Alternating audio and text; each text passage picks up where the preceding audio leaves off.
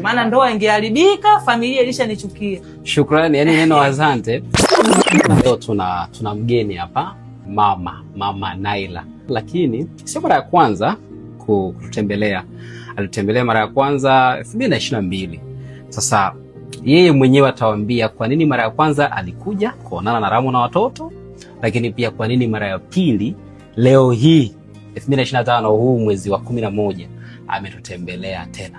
Mara ya kwanza nilikuwa na changamoto ya uzazi. Ndoa yangu ilikuwa na miaka 10. Ndio. Sijai kushika mimba wala kuzingiziwa. Kwa hiyo mume wangu aliponioa tukahangaika sana. Kwenda TikTok ndo nikakupata jina lako wewe, yani kama watu wanakupa hongera. Sawa kabisa. Nikakutafuta. Uliponipa zile dawa nikafanikiwa kupata mimba. Ndio. Lakini wakati ndo wangu iliharibika kabisa, yani mwanaume anataka kuniacha kabisa. Nakumbuka hata wakati unapiga simu nikawa nalia. Nakumbuka. Lakini nilipopata ujauzito nilijifungua kwa operation. Okay. Sasa nikaona nijikinge kwa njia sindano hizi. Sasa mtoto wangu sasa hivi ana miaka 2 na miezi kama 5. Sasa nataka tena nipate ujauzito, naona tena sipati. Ndio nikaona nikutafute tena wewe. Labda zile sindano zitakuwa ziniletea changamoto, ndio sijui sasa.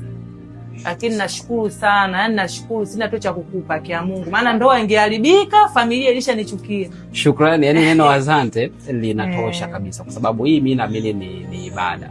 Kama tulivyofanya mwanzoni, Mungu akaweka mkono wake. Sasa hivi ni mama, ndoa imekuwa vizuri. Basi na hata sasa hivi na hii package yako, naamini kila kitu kitakuwa sawa. Sawa. Kiufupi, mimi niseme nashukuru sana, kwa sababu ni wengi sana ambao nimewahudumia, lakini wachache ambao wanakuwa huru kuweka bayana. Mwingine atakwambia tunashukuru, nilishafanikiwa basi. Lakini kwa wewe kama hivi, hii itasaidia wengine pia kuona uwezekano kwao. Lakini kwa yule ambaye anatuangalia, anatakiwa fahamu kwamba hata kama umeambiwa kwamba haiwezekani, mume ameshakwambia kwamba bwana, mimi naona tuachane, usikate tamaa, kwa sababu ninavyosema kwamba mtoto ni mpango wa Mungu kwa maisha yanaendelea, maana yake ni kwamba hata kama sio leo, kesho ipo.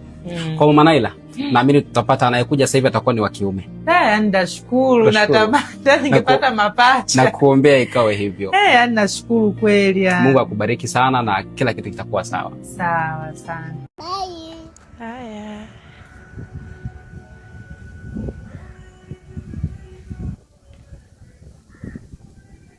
Shikilia vizuri.